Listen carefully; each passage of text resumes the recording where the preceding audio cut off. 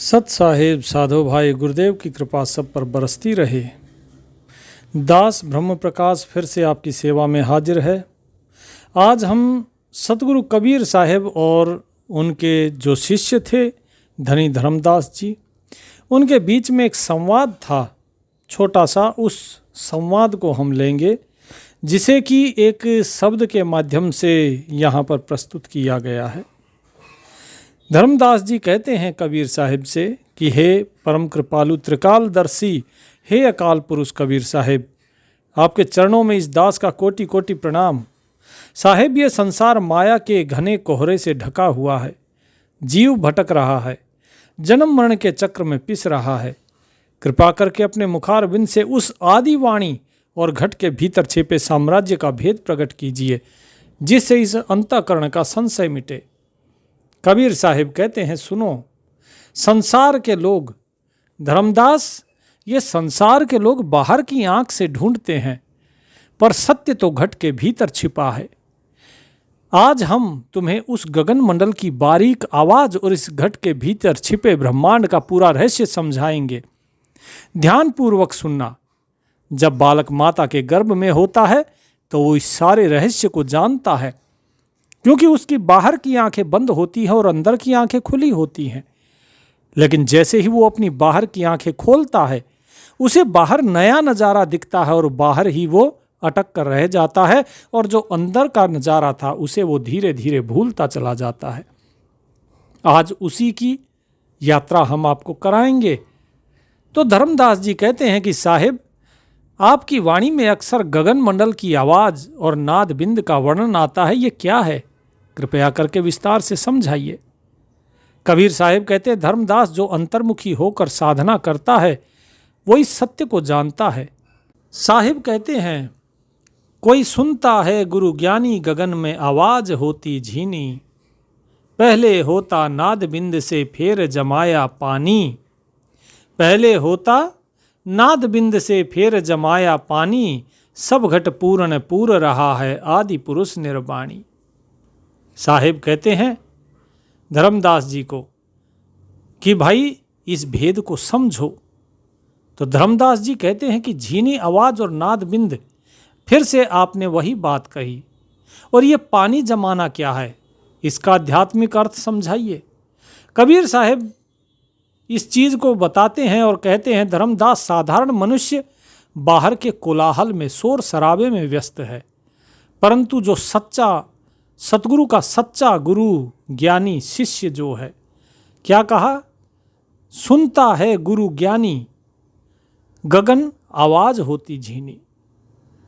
कि जो गुरु का ज्ञानी शिष्य है वह अपने कानों को मूंद कर, सुरत को एकाग्र करके, अपने मस्तक के भीतर शून्य आकाश गगन मंडल में गूंजने वाली उस अत्यंत महीन, बारीक और जो मधुर झीनी आवाज होती है उसे सुनता है। ये कोई भौतिक ध्वनि नहीं है, ये एक अनहद नाद है। आप में से बहुत से ऐसे हैं जिसको कानों को मूंदने की जरूरत नहीं है। यहाँ कानों को मूंदने का अर्थ ये है कि जो बाहर के शोर शराबे और कोलाहल को हम सुनते हैं, उसको सुनने की बजाय हम अंदर की आवाज़ सुने। कानों को ऐसा नहीं कि आपको अपने हाथों से बंद करना है, कान तो अपने आप ही बंद हो जाएंगे। और जब सूरत एकाग्र होती है तब आपको अंदर की वो आवाज़ सुननी शुरू होती है। और जब वो आवाज़ धीरे धीरे बढ़ती जाती है तो इसका मतलब ये है कि परमात्मा की आप पर कृपा हो रही है, इसीलिए आप उस आवाज़ को सुन पा रहे हैं। यदि परमात्मा की कृपा ना होती तो आप उसे सुन ही नहीं पाते। किसी को झिंगुर के रूप में वो सुनाई देती है, किसी को वो घंटी की आवाज़ में लगातार मानो घंटी बज रही हो, इस प्रकार की आवाज़ सुनाई देती है। बहुत ही बारीक और मीठी मीठी ध्वनि वो सुनाई देती रहती है, हमेशा सुनती है। जब बाहर का कोलाहल होता है तो थोड़ी कम सुनाई देती है, रात्रि के समय, सुबह के समय अधिक सुनाई देती है, और धीरे धीरे ये आवाज़ बढ़ती चली जाती है। अब साहिब क्या कहते हैं? साहिब इस सृष्टि रचना का अब भेद बताते हैं और कहते हैं कि भाई, जो ये अनहद नाद है, इस नाद को आप सुनो कि ये आप सुन पा रहे हो कि नहीं। साहिब ये नहीं कहते कि उसी में ही रम जाओ, नहीं, उससे आगे भी चलना है। साहेब कहते हैं कि इस नाद को सुन लिया, अब आगे की बात सुनो कि सबसे पहले उस परम पुरुष की मौज से नाद और बिंद, बिंद किसको कहा जाता है? नाद कहा जाता है ध्वनि, जो आपको अनहद नाद सुनाई दे रहा है। और बिंद क्या है? बिंद है चैतन्य प्रकाश, जिसे कि आप वीर रूप में बीज रूप कहते हो। ये प्रकट हुआ, उसी सूक्ष्म तत्व से फिर ये स्थूल जगत की प्राप्ति हुई।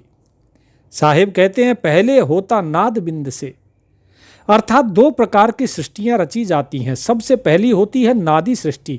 नादी सृष्टि कौन सी होती है? नादी सृष्टि होती है जिसमें प्रकट होते हैं, जिस प्रकार परमात्मा के 16 पुत्र प्रकट हुए, 16 सुत।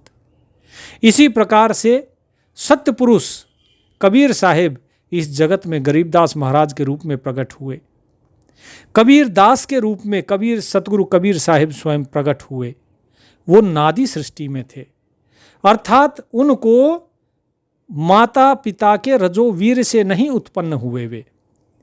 ठीक इसी प्रकार गरीबदास महाराज फिर सहारनपुर में प्रकट हुए, उसी रूप में जिस रूप में वे छुड़ानी धाम में थे, और वहाँ भी लगभग 31 या 35 वर्ष वहाँ भी रहे। तो इस प्रकार से भगत जियों इस भेद को समझिए कि दो प्रकार की सृष्टि है, नाद सृष्टि और बिंद सृष्टि। इतना ही नहीं, जैसे विष्णु जी वामन रूप में प्रकट हुए तो वो माता पिता के गर्भ से पैदा नहीं हुए उस समय, तो वो नादी सृष्टि हुई। हिरण्यकश्यप को मारने के लिए नरसिंह भगवान आए, वो नादी सृष्टि हो गई। वास्तव में जो नादी सृष्टि है उसमें संत आते हैं, संत परंपरा जो है वो नादी सृष्टि में बोली जाती है। फिर दूसरी है बिंद सृष्टि। बिंद सृष्टि यानी कि जिसमें सारा जगत आता है, जो माता और पिता के रजोवीर से पैदा होते हैं, उसे कहा जाता है बिंद सृष्टि। और वही और रजवीर को यहाँ बताया गया है पानी। उस पानी को फिर जमाया जाता है शरीर के अंदर और धीरे धीरे उसका खून बनता है। वही खून फिर गाढ़ा होते हुए फिर धीरे धीरे भ्रूण बनना शुरू होता है, और फिर वो और गाढ़ा होते हुए फिर धीरे धीरे शरीर का आकार लेना शुरू कर देता है। और इस प्रकार से वो जो पानी है वो जमता चला जाता है। ये भेद यहाँ साहिब समझा रहे हैं कि जिससे ये पिंड और ब्रह्मांड सारा निर्मित हुआ है, इसी प्रकार ही ये निर्मित हुआ है। धर्मदास जी फिर पूछते हैं कि हे साहिब, यदि वो परमात्मा सब जगह है तो फिर ये जीव दुखी क्यों है? वो अपनी तृष्णा में क्यों जल रहा है? क्योंकि परमात्मा तो सभी के अंदर है, सबके अंदर होते हुए भी जीव दुखी, ऐसा क्यों? तो कबीर साहिब ने ये बात बताई कि भाई वो जो आदि पुरुष है वो सर्वथा इच्छा रहित है, शांत और मोक्ष रूपी निर्वाणी है। वो किसी एक स्थान पर नहीं बल्कि सारे संसार में, सारे घट में, यानी प्रत्येक जीव के हृदय में पूर्ण रूप से समाया हुआ है। लेकिन जो तन पाया पटा लिखाया, क्या कहते हैं साहिब? जो तन पाया पटा लिखाया, तृष्णा नहीं बुझानी, अमृत छोड़ विसरस चाखा, उल्टी फांस फसानी। विडंबना ये है इस जीव की कि इस जीव को जब ये दुर्लभ मानव तन मिला, मनुष्य तन मिला, तो ये ऐसा व्यवहार करता है मानो इसने इस संसार पर सदा रहने का एक पट्टा लिखवा लिया हो। कानूनी दस्तावेज जिसे पट्टा कहा जाता है, कि वो लिखवा लिया हो। ये भूल जाता है कि ये शरीर नश्वर है, इस संसार की माया इसको एकत्र करते करते इसकी तृष्णा, इसकी इच्छाएं कभी शांत नहीं होती। ये जीव अपने घट के भीतर बहने वाले उस राम नाम के अमृत को छोड़कर और संसार के वासना और विषय भोगों के विषरस को चखता है। परिणाम क्या होता है? परिणाम होता है ये काल के जाल में उल्टी फांस, यानी ऐसी फांसी जिससे छूटना संभव हो, उसमें ये खुद ही फंस जाता है। बड़ा भेद खोल रहे हैं यहाँ साहिब, क्योंकि देखिए जब तक जीव को ज्ञान नहीं होगा तब तक वो काल के जाल में फंसता रहेगा। मुक्ति का केवल एक ही उपाय है और वो है ज्ञान। जो भक्त है उस भक्त को भी जब ज्ञान हो जाता है कि सब कुछ परमात्मा है, तब उसका द्वैत मिट जाता है। जो दुई है ना, तू और मैं का भेद, ये उसका मिट जाता है। उसको ये लगता है सब कुछ परमात्मा ही है। और जब सब कुछ परमात्मा है या सब में परमात्मा है तो फिर उसके अलावा तो दूसरा कोई है ही नहीं। जब सबके अंदर परमात्मा है तो फिर हम किससे द्वेष करें, किससे बैर भाव रखें, अगर वही सबके अंदर है तो इसीलिए कोई भी भक्त कभी भी हिंसा नहीं करता है। कभी भी कोई भक्त हथियार नहीं उठाता। आपने देखा होगा, चाहे गुरु नानक देव जी हो, चाहे कबीर साहिब हो, संत रविदास जी हो, या दादू साहिब हो, या फिर कोई भी हुए, जितने भी संत महात्मा हुए, रज्जबदास जी हुए, सहजोबाई हुई, मीराबाई हुई, या फिर जो सम सतबरेज जी हुए, जितने भी सतगुरु हुए, जो भी संत हुए, उन्होंने कभी हथियार नहीं उठाया। उन्होंने ना ही किसी को हथियार उठाने के लिए कहा। इसीलिए जो भक्त है वो पार हो जाता है, क्योंकि उसके मन का जो द्वैत है, उस द्वैत से वो मुक्ति पा जाता है। आप किसी भी चीज को उठा के देख लो, वेदों को, शास्त्रों को, पुराणों को, हर जगह केवल बंधन का कारण है, आपके दुख का कारण है द्वैत। इसीलिए हे धर्मदास जी, आपने जो प्रश्न पूछा है कि सबके अंदर परमात्मा फिर भी जीव दुखी क्यों? जीव दुखी इसलिए क्योंकि वो अज्ञान के कारण द्वैत में फंस गया, तू और मैं के भेद में फंस गया। जब बालक पैदा होता है उसे तू और मैं का कोई भेद नहीं पता होता, लेकिन संसार का अनुसरण करके वो भी तू और मैं के भेद में फंस जाता है। और जैसे ही वो तू और मैं के भेद में फंसता है, वो अपने मुक्ति के मार्ग को बंद कर देता है। इसी प्रकार जो ज्ञानी है वो भी अपने तर्क के आधार पर अनुभव करता है, और जब अनुभव करने से उसका ये भ्रम दूर हो जाता है तू और मैं का, तब वो ये जानता है कि हाँ, सब कुछ वो परमात्मा है। केवल कबीर साहिब ही नहीं, भगत जियों, इस चीज़ में बाबा बुल्ले शाह ने भी क्या कहा, जे मैं तेनू बाहर ढूंढा तो मेरे अंदर कौन समाना, जे मैं तेनू अंदर ढूंढा तो बाहर किसनु जाना। तू भी तू है ते मैं भी तू है, तू ही पाक पिछाना। तो भगत जियों क्या कहा कि सब बिच तू है ते सब कुछ तू है, ते बुल्ला कौन निमाना। बाबा बुल्ले शाह कहते हैं कि अगर मैं तुझे बाहर ढूंढता हूं तो मेरे अंदर कौन समाया है, और अगर मैं तुझे अंदर ढूंढता हूं तो बाहर कौन है। फिर ये किसकी परछाई है जो बाहर दिखाई दे रही है? ये सारा संसार, ये फिर कौन है अगर तू मेरे अंदर है तो बाबा बुल्ले शाह कहते हैं कि मैंने तो इतना ही जाना है कि तू भी तू ही है और मैं भी तू ही हूं, और तू ही पाक है, तू ही सच्चा है, सब कुछ तू है और सब के अंदर तू है। और अगर सब के अंदर तू है तो फिर छोटा कौन है? कबीर साहिब कहते हैं, सब घट मेरे साइयाँ सूनी सेज न कोई, बलिहारी वा घट की जा घट प्रगट होई। कि परमात्मा तो सबके अंदर है, सभी के घट में विराजमान है, सब घट पूर्ण पूर रहा है, आदि पुरुष निर्वाणी। लेकिन धन्य है वो घट, वो हृदय जिसके अंदर वो प्रकट हो जाता है। तो इस राम नाम के अमृत को छोड़कर जीव बाहर आशा तृष्णा में फंसता है, और तू और मैं के भेद में, द्वैत में फंसता है, और इस तू और मैं के भेद में पड़ के वो दूसरे को अपना शत्रु या अपने दुख सुख का कारण मान लेता है। इसीलिए इस संसार में वो हमेशा दुखी होता है, और यही है काल की फांसी। जब तक जीव तू और मैं के भेद में है, एक दूसरे से स्वयं को अलग समझता रहेगा, तब तक वो जन्म जन्म युगों युगों तक काल के फंदे में रहेगा, और वो जन्मेगा और मरेगा भी, क्योंकि जन्मना और मरना इस पर उसने विश्वास किया हुआ है। वो इस जन्म मृत्यु को सत्य माने हुए है। धर्मदास जी कहते हैं, साहिब, इस जाल से छूटने की आंतरिक विधि क्या है? फिर सूरत को कहाँ लगाना होता है?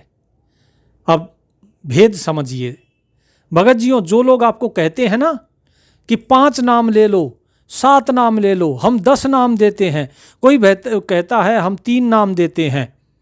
देखो गीता में लिखा है 3 नाम, त्रिविध स्मृत, जो लिखा हुआ है गीता के 17वें अध्याय के 23वें श्लोक में, ओम तत्सत इति त्रिविध ब्रह्मणे निर्देशो स्मृत, इस तरह कुछ लिख रखा है।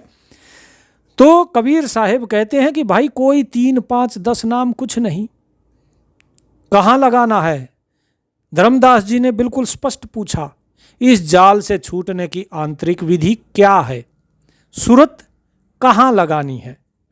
तो अब सुनिए कबीर साहिब जो कहते हैं।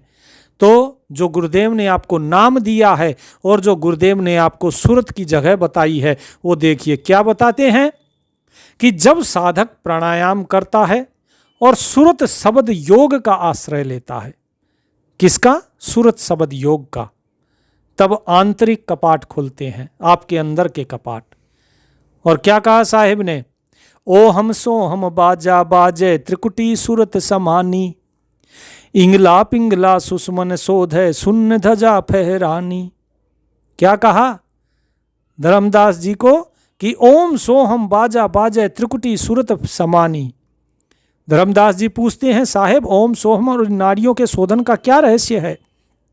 कबीर साहिब कहते हैं, जब साधक साधना की गहराइयों में उतरता है तो उसे अंतःकरण में ओहम और सोहम, इनकी दिव्य ध्वनियों के बाजे स्वतः सुनाई देते हैं, ये बजते हुए सुनाई देते हैं। उसकी सुरत चेतना चंचल संसार से हट के त्रिकुटी, यानी आपकी जो भ्रिकुटी है, उस भ्रिकुटी के मध्य में जहां इड़ा पिंगला नाड़ी होती है, दोनों मिलती हैं, वहां पर जाकर त्रिकुटी पर यह हमारी सुरत विलीन होती है। अर्थात आपका जो सुमरन है, जो नाम आपको जो दिया गया है कि इसके अंदर समाना है, ये नाम चलेगा और इस नाम के साथ आपकी त्रिकुटी पर सुरत टिक जाएगी, वहां जाकर समा जाएगी।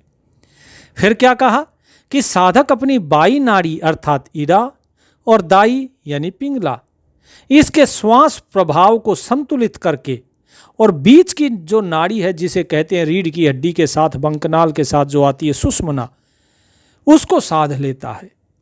और जैसे ही सुषुम्ना मार्ग खुलता है, चेतना सीधे ब्रह्मांड के शून्य शिखर 10वें द्वार पर पहुंच जाती है, जहां ज्ञान और मुक्ति की ध्वजा अर्थात झंडा फहराने लगती है। तो इसका भेद क्या है? अब इसका भेद समझिए। यहां फहराना, झंडा फहराना, साहिब ने एक बात कही है, सुन्न ध्वजा फहरानी।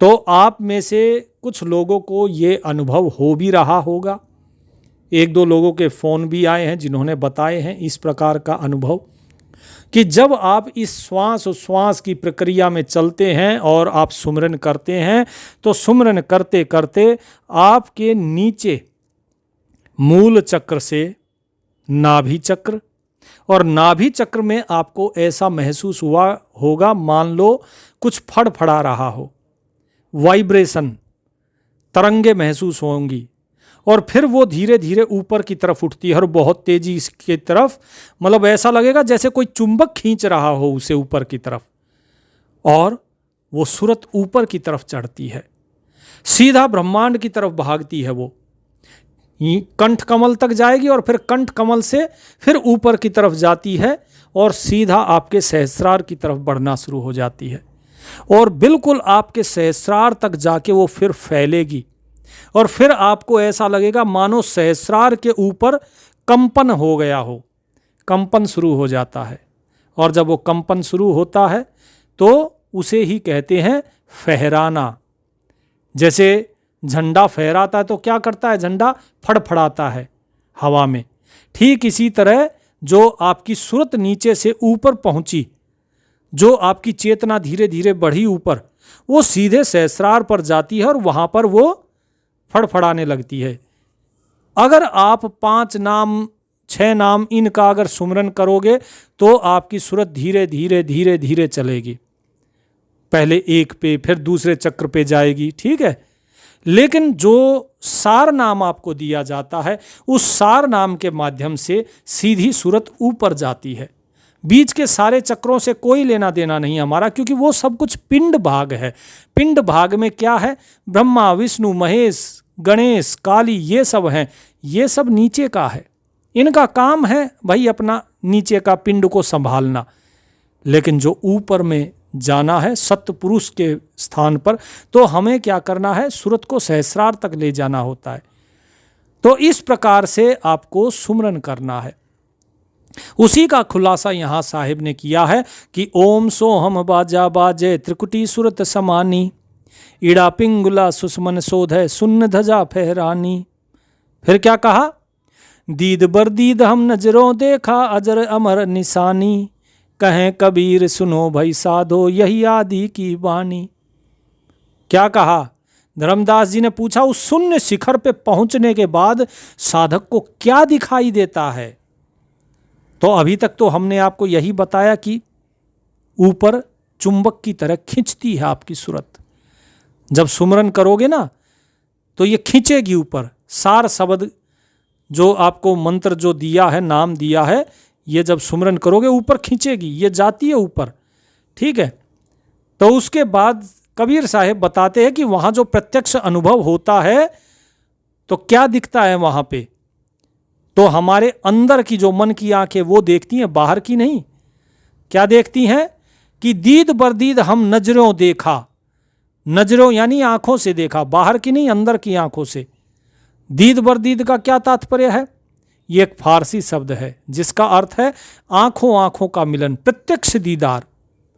कबीर साहब कहते हैं कि हमने उस परम सत्ता को किसी कल्पना में नहीं बल्कि अपनी आंतरिक नजरों से प्रत्यक्ष आमने सामने देखा। वहां उस अजर अमर अर्थात जो कभी बूढ़ा नहीं होता, जो कभी नष्ट नहीं होता, उस अजर अमर परमात्मा की दिव्य निशानी अर्थात साक्षात जो नूर है, उस नूर को देखा। कबीर साहब कहते हैं कि हे संतों, कहें कबीर सुनो भाई साधो यही आदि की वाणी, कि हे साधो भाई ध्यान से सुनो, यही है वो आदि की वाणी अर्थात सृष्टि का मूल सत्य जिसे पहचानना अनिवार्य है। इसलिए साधो भाई आपसे ये दास विनती करता है कि जब नाम सुमरन होता है, बाकी ठीक है, बहुत से गुरु हैं, देखो भाई सब अपनी अपनी दुकानें चला रहे हैं, क्योंकि जब तक मूर्ख इस संसार में रहेंगे तब तक जो है दुकानें चलती रहेंगी। क्योंकि लोग ये कहते हैं कि भाई मरने के बाद जो है क्या होगा? बोले सतलोक जाएंगे। अरे भाई जिस सतलोक में इस आत्मा को जब आप जीते जी, जब आपके पास चेतनता है, जब आपके पास बुद्धि है, समझ सकते हो, तब तो आपकी आत्मा सतलोक जा नहीं रही है। और जब मरने के बाद ना शरीर रहेगा, ना कर्म कर पाओगे, ना चेतना रहेगी, कुछ भी नहीं रहेगा, उस समय आप कहते हो कि भाई मरने के बाद सतलोक जाएगी। नहीं, सतलोक अभी ही जाना है। सतलोक यहीं से ही दीदार होगा, जीते जी ही होगा। तो इसलिए जो कबीर साहब कहते हैं ना, उस भेद को समझना बहुत अनिवार्य है।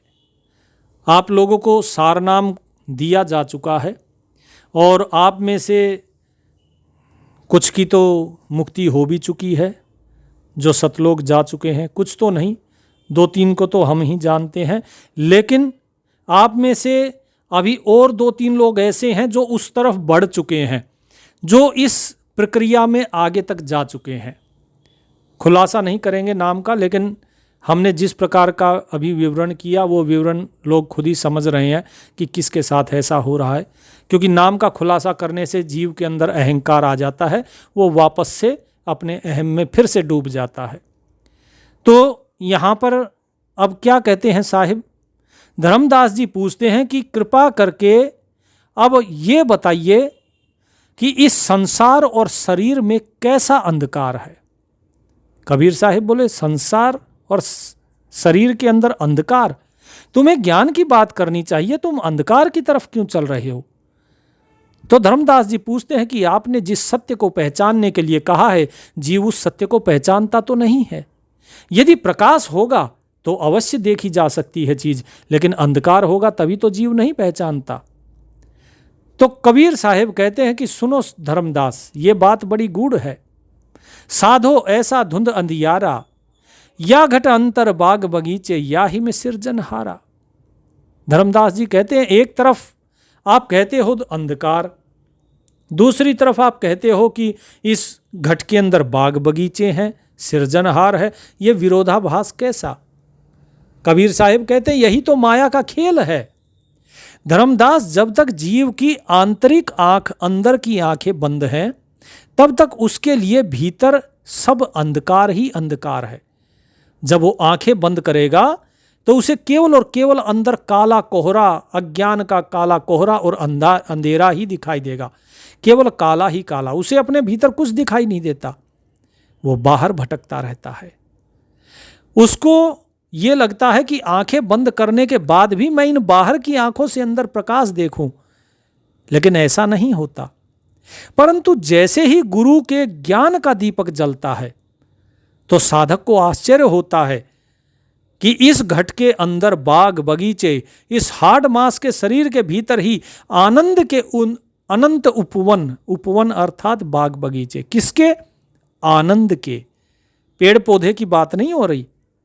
और आध्यात्मिक चक्रों के कमल खिले हुए हैं। और तो और जिस ईश्वर को वो आसमान में ढूंढ रहा था, वो क्या कहा साहिब ने? याही में सृजनहारा, वो पूरी सृष्टि को रचने वाला परमात्मा स्वयं इसी घट के भीतर विराजमान है। साहिब कहते हैं इसके आगे, या घट अंदर सात समुंदर, याही में नौलख तारा, या घट अंदर हीरे मोती, याही में परखन हारा। धर्मदास जी कहते हैं कि घट के भीतर और क्या क्या छुपा है। कबीर साहेब भेद खोल देते हैं कि भाई क्या क्या छुपा है। तो पूछते हैं धर्मदास जी, क्या सचमुच ब्रह्मांड के सातों समुद्र और तारे इस छोटे से शरीर में है? कबीर साहेब कहते हैं हाँ धर्मदास, जो ब्रह्मांड में है वो इस शरीर में है। योग विद्या के अनुसार शरीर के भीतर 7 मुख्य चक्र ही 7 समुद्र हैं।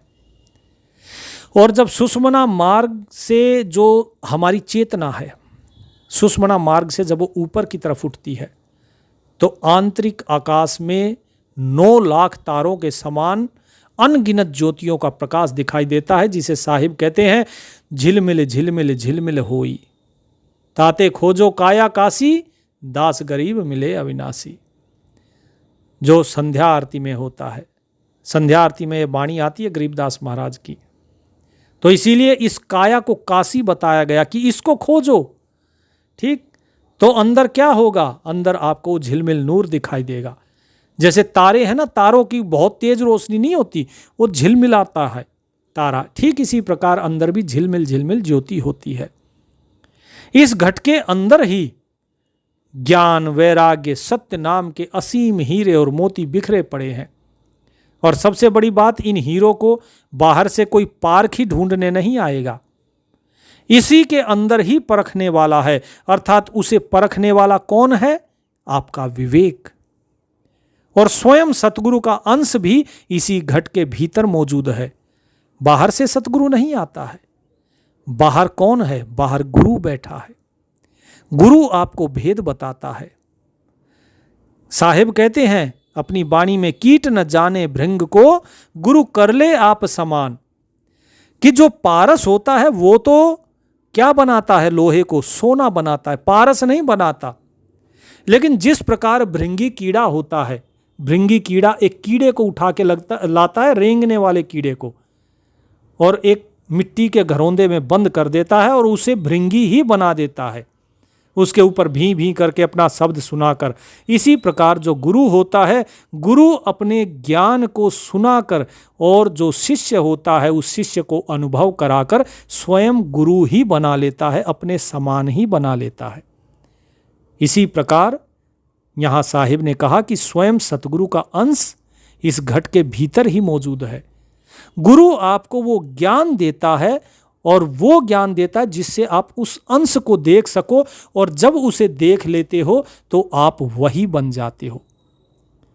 क्या कहते हैं? सोई जानई जेहु देहि जनाई, जानत तुम्हि होई जाई। कि तुम्हें केवल वही जान सकता है जो तुम्हें जिसे तुम जनाना चाहो। कि परमात्मा को केवल वही जान सकता है जिसे परमात्मा जनाना चाहे, जताना चाहे, दिखाना चाहे स्वयं को। और जो परमात्मा को देख लेता है, जो सतगुरु को देख लेता है, जान लेता है, वो वैसा ही हो जाता है। जानत तुम्हि होई जाई। कि जो तुम्हें जान जाता है वो तुम ही हो जाते हो। कैसे हो जाते हो? जिस प्रकार आप सपना देखते हो, तो आप जब सपना देखते हो तो आप स्वयं भी सपने के अंदर ही खो जाते हो। आप सपने वाला व्यक्ति बन जाते हो। और जब आप स्वयं को, जब इस संसार को देखते हो तो आप इस संसार के व्यक्ति हो जाते हो। अर्थात आप जिस चीज को देखते हो, जिस चीज का अनुभव करते हो, आप वही बन जाते हो। ठीक इसी प्रकार जब आप आत्मा को देखोगे तो आप स्वयं आत्मस्वरूप ही हो जाओगे। और जब आप सतगुरु को देखोगे तो जो सतगुरु का अंश आपके अंदर है, जो साहिब ने कहा ना, याही में परखनहारा, परखने वाला वो जो सतगुरु है, जब उसको आप जान लोगे अपने भीतर तो आप स्वयं सतगुरु ही हो जाओगे। आप अगर वाणी में पढ़ेंगे तो वाणी में लिखा हुआ है, गोरख से सतगुरु मिले। किसके लिए? भरथरी और गोपीचंद के लिए, कि भरथरी और गोपीचंद को गोरख जैसे सतगुरु मिले। और ध्रुव प्रहलाद के लिए क्या लिखा है? नारद से सतगुरु मिले, उधरे ध्रुव प्रहलाद। तो नारद को सतगुरु कहा और किसको कहा? गोरख को सतगुरु कहा। क्यों कहा? इनका तो कबीर साहिब के साथ वाद विवाद हुआ था, क्योंकि कबीर साहिब ने इनको ज्ञान दिया और इनके कबीर साहिब के दिए ज्ञान के बल पे जब गोरखनाथ जी आगे बढ़े तो उन्होंने स्वयं कबीर साहिब के रूप को देखा, और जब उन्हें देखा तो देखने के बाद उन्हीं के रूप में हो गए। कबीर साहिब इसके बारे में फिर विस्तार से कहते हैं कि अब तो जाए चढ़े सिंहासन, मिले हैं सारंग पानी, राम कबीरा एक भया है कोई न सके पिछानी। फिर इसी बात का प्रमाण देते हैं कबीर साहिब बार बार कि लाली मेरे लाल की जित देखूं तितलाल, और लाली देखन मैं चली तो मैं भी हो गई लाल। कि उस परमात्मा के नूर को, उस परमात्मा की लाली को जब देखने के लिए मेरी ये आत्मा चलती है तो जैसे ही उसे देखती है तो ये भी परमात्मा स्वरूप ही हो गई। बूंद समुद्र में मिलके समुद्र ही हो जाती है, बूंद बूंद नहीं रहती फिर। यही भेद यहां कबीर साहिब खोल रहे हैं कि भाई इसी शरीर के अंदर परखने वाला भी है और इसी शरीर के अंदर हीरे मोती भी है। तो धर्मदास जी फिर कबीर साहिब को कहते हैं कि आपने जो इतना भेद बताया है तो अब थोड़ा और अमृत रस पिला दीजिए। तो कबीर साहिब कहते हैं कि सुनो, अब साधना का शिखर सुनो। या घट अंतर अनहद गरजे, याही में उठत फुहारा, कहत कबीर सुनो भाई साधो, याही में गुरु हमारा। साहिब क्या कहते हैं? अनहद गर्जना और गुरु के भीतर होने का अंतिम रहस्य बताते हैं कि जब साधक पूरे तरीके से अंतर्मुखी हो जाता है तो इस घट के भीतर बादलों के समान अनहद नाद की गंभीर गर्जना गूंजने लगती है। 10वें द्वार से अमृत रस की फुहारें उठने लगती हैं, स्वयं गिरने लगती हैं, जिससे आत्मा तृप्त हो जाती है। कबीर साहेब अंत में दृढ़ता से कहते हैं कि साधो भाई सुनो, इस सत्य को जान लो कि जिस गुरु तत्व की तुम बाहर खोज कर रहे हो, ध्यान से सुनिएगा इस बात को, इसमें दुविधा नहीं आनी चाहिए आपके मन में कि जिस गुरु तत्व को, यहां तत्व की बात हो रही है, जिस गुरु तत्व को आप बाहर खोज रहे हो, याही में गुरु हमारा, वह सतगुरु का वास्तविक शब्द स्वरूप और साक्षात परमात्मा स्वयं इसी घट के भीतर निवास करता है। बाहर खोजना केवल अज्ञानता है। जिस देह को आप कहते हो ये गुरु है, वास्तव में गुरु उस देह के अंदर बैठा है। जिस देह को आप कहते हो ये हमारा गुरु है, वास्तव में सतगुरु उस देह के अंदर बैठा है और वही इस शरीर के माध्यम से आपको ज्ञान दे रहा है। और आपके भीतर के बैठे हुए सतगुरु से और आपके अंदर बैठे जो गुरु हैं, जो परमात्मा है, उससे आपका मिलन करवा रहा है। अर्थात अब इस चीज का एक भेद आपको और बताते हैं। बंदी छोड़ गरीबदास महाराज की वाणी है। क्या कहते हैं कि सतगुरु पूर्ण ब्रह्म है, सतगुरु आप अलेख, सतगुरु रमता राम है, या मैं मीनन मेख। कि सतगुरु जो है कौन है? पूर्ण ब्रह्म है। और सतगुरु आप अलेख, स्वयं अलेख हैं। वो किसी प्रकार से लिखा या उसका चित्र नहीं बनाया जा सकता, ऐसा है सतगुरु। सतगुरु रमता राम है या में मीन न मेक, कि उस सतगुरु ही स्वयं सब के अंदर रमने वाला राम है, रमता राम है, इसमें कोई भी शंका नहीं होनी चाहिए। अब इस भेद को समझिए। इसके बाद फिर आगे क्या कहते हैं, फिर साहिब एक वाणी और कहते हैं कि आत्म पूर्ण ब्रह्म है परमात्म पर ब्रह्म। आत्मा को भी पूर्ण ब्रह्म बता दिया। तो ये आत्मा पूर्ण ब्रह्म कैसे है? पूर्ण ब्रह्म तो सतगुरु है, क्योंकि सतगुरु जो है इस आत्मा को भेद बताते हैं गुरु के माध्यम से। अगर ये दास कुछ बता रहा है आपको, तो इस दास के अंदर इतना सामर्थ्य नहीं है कि ये आपको कुछ ज्ञान बता पाए। स्वयं वो सतगुरु ही आपको इस दास के माध्यम से वो सच्चा ज्ञान आप तक पहुंचाता है। नहीं तो इस दास की इतनी औकात नहीं है कि ये अपने शरीर को भी हिला पाए। क्या कर सकता है? एक नश्वर शरीर कुछ नहीं कर सकता है। उसके अंदर बैठा वो सतगुरु ही ज्ञान देता है।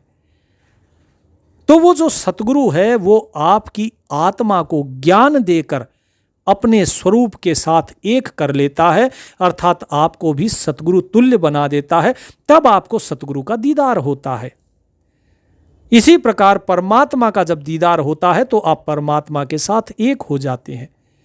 इस प्रकार से सतगुरु भी पूर्ण ब्रह्म हो जाता है और आत्मा जो है ये आत्मा भी उस सतगुरु के साथ एक होकर स्वयं पूर्ण ब्रह्म हो जाती है। तो इस भेद को ये दास उम्मीद करता है कि आप समझ गए होंगे। फिर साहिब क्या कहते हैं? धर्मदास जी धन्यवाद देते हैं साहिब का कि अब मुझे स्पष्ट हो गया कि गगन में जो झीनी आवाज़ है उसको सुनना, घट के भीतर के जो सृजनहार है उसको पहचानना ही जीवन का एकमात्र सत्य है। कबीर साहिब कहते हैं कि केवल पहचानना नहीं, उसमें तुम्हें जीना भी है। पहचानता तो व्यक्ति बहुत लोगों को है, लेकिन उसके बाद भूल जाता है, लेकिन जब जीता है तब नहीं भूलता है। धर्मदास इस ज्ञान को केवल सुनना पर्याप्त नहीं, बल्कि इसे अपनी श्वासों में बसाओ। प्रतिदिन सुमिरन करो, क्योंकि आपका मन सुमिरन करता है संसार का, उस साहिब का नहीं। अपनी सुरत को त्रिकुटी और सुषमना के मार्ग से गगन मंडल की ओर ले चलो। विषय रस को छोड़कर नाम अमृत का पान करो। जो जीव इस विधि से साधना करेगा, सुमरन करेगा, वो इस भव सागर को पार करके हमारे निज घर अमरलोक में सदा के लिए विश्राम पाएगा। तो भगत जियों, इसी के साथ बोलिए सतगुरु कबीर साहिब की जय। बंदी छोड़ गरीबदास महाराज और गुरुदेव की कृपा आपके ऊपर बरसती रहे। परमात्मा सभी का कल्याण करें। सत साहिब।